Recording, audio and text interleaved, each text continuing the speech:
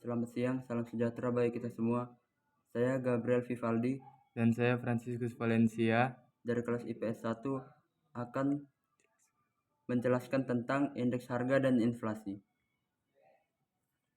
Ruang lingkup indeks harga yang akan kami jelaskan ada 4, yaitu 1. Definisi indeks harga, 2. Jenis indeks harga, 3. Tujuan, dan 4. Ciri-ciri.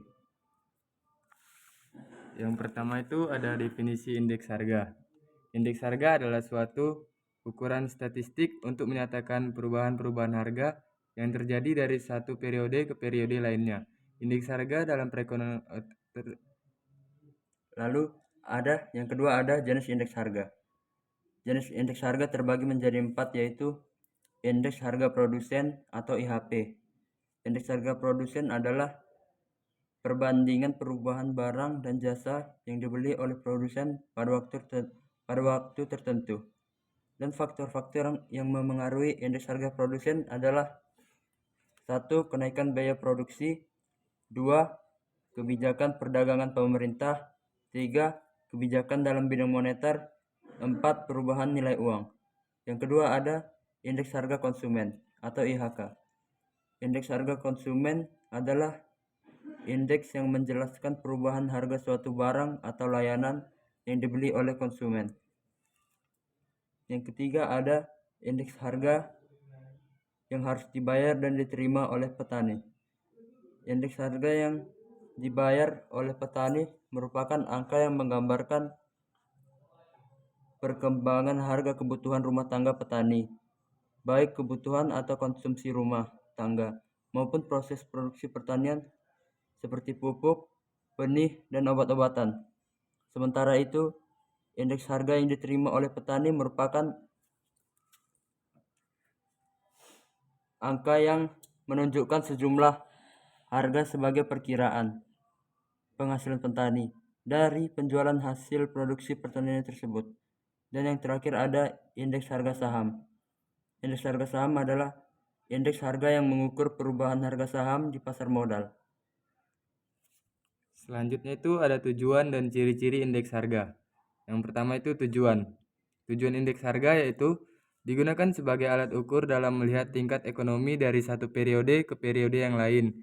Yang kedua, mengukur tingkat inflasi dalam negara. Yang ketiga, digunakan oleh pedagang untuk menentukan harga jual produk. Yang keempat, pedoman untuk mengukur upah gaji buruh serta menyesuaikan kenaikan gaji buruh jika terjadi inflasi. Dan yang terakhir, pedoman dalam pengambilan keputusan atau kebijakan yang dilakukan oleh pelaku usaha ataupun pemerintah. Yang B itu ada ciri-ciri indeks harga. Indeks harga dipergunakan untuk membandingkan standar harga dari waktu ke waktu. Yang kedua, indeks harga ditetapkan berdasarkan hal yang relevan. Yang ketiga, indeks harga ditetapkan oleh sampel bukan dari populasi. Yang keempat, perhitungan indeks harga dapat dilakukan berdasarkan waktu dengan kondisi ekonomi yang stabil. Yang kelima, perhitungan indeks harga akan dilakukan dengan menggunakan metode yang sesuai dan tepat. Yang keenam, perhitungan indeks harga dilakukan dengan cara membagi harga tahun yang akan dihitung indeksnya dengan harga tahun dasar dan kemudian dikali 100. Selanjutnya ada inflasi. Yang kami bahas adalah pengertian dan penyebab inflasi, jenis inflasi, teori, dampak inflasi, dan cara mengatasi inflasi. Pengertian dan penyebab inflasi. Inflasi adalah kenaikan harga barang dan jasa secara umum dan terus-menerus dalam jangka waktu tertentu. Dan penyebab terjadinya inflasi yaitu 1. Kebijakan pemerintah yang kurang tepat, 2. Kenaikan biaya produksi, 3. Pencetakan uang baru oleh pemerintah, 4. Lambatnya produksi barang tertentu. Dan selanjutnya ada jenis inflasi. Jenis inflasi dibagi menjadi 3, yaitu menurut sifatnya. Menurut sifatnya ada inflasi. Yang pertama ada inflasi ringan atau merayap. Inflasi ini adalah inflasi rendah yang biasanya kurang dari 10% setahun. Yang kedua ada inflasi sedang. Inflasi sedang dapat mengaruhi kegiatan ekonomi karena dapat menurunkan kesejahteraan masyarakat yang berpenghasilan tetap. Rata-rata kenaikan harga inflasi berkisar antara 10% sampai 30% per tahun. Yang ketiga ada inflasi berat. Inflasi berat adalah inflasi yang lajunya berada pada batas antara 30% sampai 100% setahun. Yang terakhir ada hyperinflasi. Hyperinflasi adalah inflasi yang sangat tinggi atau tidak terkontrol. Hiperinflasi merupakan inflasi yang paling parah akibatnya. Masyarakat tidak lagi berkeinginan untuk menyimpan uang karena naiknya harga secara drastis sehingga mencapai 4 digit atau di atas 100%. Yang kedua itu menurut asal inflasi. Yang pertama ada inflasi yang berasal dari dalam negeri. Inflasi yang berasal dari dalam negeri biasanya timbul karena defisit dalam APBN yang dibiayai dengan pencetakan uang baru. Defisit dalam APBN yang menyebabkan inflasi karena untuk menutup defisit tersebut, pemerintah dapat melakukan berbagai kebijakan, di antaranya dengan menambah jumlah uang yang beredar melalui pencetakan uang baru. Yang kedua, ada inflasi yang berasal dari luar negeri. Timbul karena kenaikan harga-harga di luar negeri atau di negara-negara mitra dagang utama. Antara lain disebabkan melemahnya nilai tukar yang secara langsung maupun tidak langsung akan menimbulkan kenaikan biaya produksi di dalam negeri. Yang ketiga itu ada berdasarkan penyebab awal inflasi.